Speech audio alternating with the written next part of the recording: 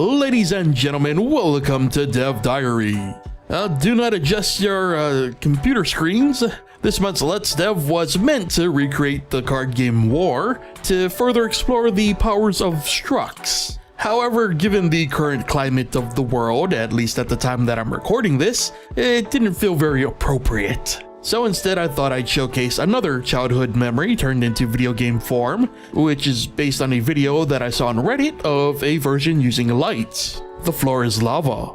So that's what we're doing today, and if you enjoy the video, be sure to leave a like. Also, if you're new to the channel, be sure to subscribe so you don't miss future videos. And with that, let's take a stroll down memory lane. Now, we're doing everything purely based on what's seen in the footage. It seems like players need to touch the green lit areas and hit a button in order to generate a new one, all while avoiding a revolving line of quote-unquote lava and a pool in the middle. So we're using a DS grid and tiles to generate the grid floor of lights. Some data such as the pool and targets will be stored in arrays, but the danger, conga line, and the players will be handled via structs. Last month's Let's Dev showcased a basic version of structs, but today we're using them to basically create objects without creating objects. Balls are generated based on positioning so that, for the most part, our Trail of Doom grows as it would in a game of Snake. The player behaves much more like a traditional object with variables for positioning, sprite images, and so on. And while on the subject of the player, I technically added local co-op for up to 4 players.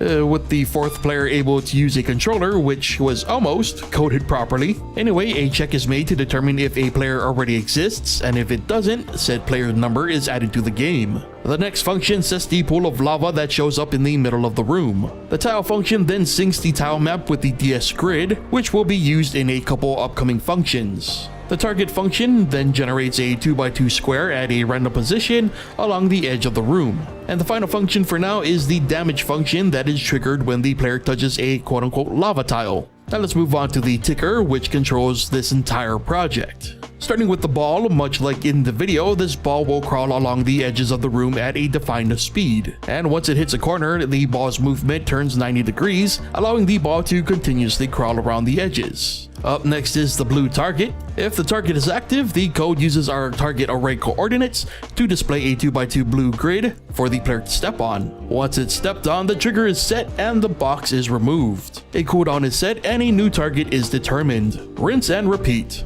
Player activity is up next and is pretty standard in terms of code. Typical movement controls plus a very basic jump state. A basic tile check based on the player's position would be how we do collision checks. If the tile they're currently on is blue, we trigger the target update code. And if the tile is red, we trigger the damage code. Overall, it's almost identical to the system used in my Curse Ball remake from a while ago. The only difference here is that the player is not an object. But through the magic of structs, we can still treat it as an object. The next part of the ticker is mostly time-based code for the hurt state, allowing for a half-second of invincibility frames. It also triggers a few layer effects to give taking damage some visual kick. And the final ticker element deals with an array of particles. This loop handles the behavior of particles which are defined via function. These particles are then set when the player touches a target or takes damage. And the final function that makes this thing run is for points. When the player touches a target, they earn a point. And as points are accumulated, the stage evolves. So roughly every 5 points, the center pool expands horizontally and the speed of the balls increase. Every 7 points, a new ball is added, increasing the conga line of lava. And every so often, the middle pole will also expand vertically. Now, surprisingly, there wasn't much to the draw code on this one. Outside of some simple HUD elements, there wasn't much to it. And it's kinda interesting given the final results, which isn't too far off from the original video. There's even a slight chance of witnessing the nostalgic event of lights crossing each other out due to the way that the tile updating was coded.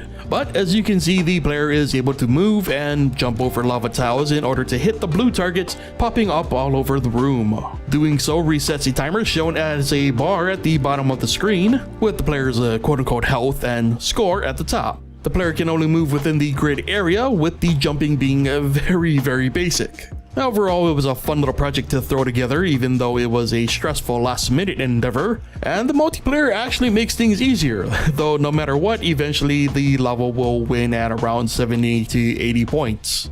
So what do you think of my recreation? Also, did you even play the Floor is Lava as a child, or still do as not a child?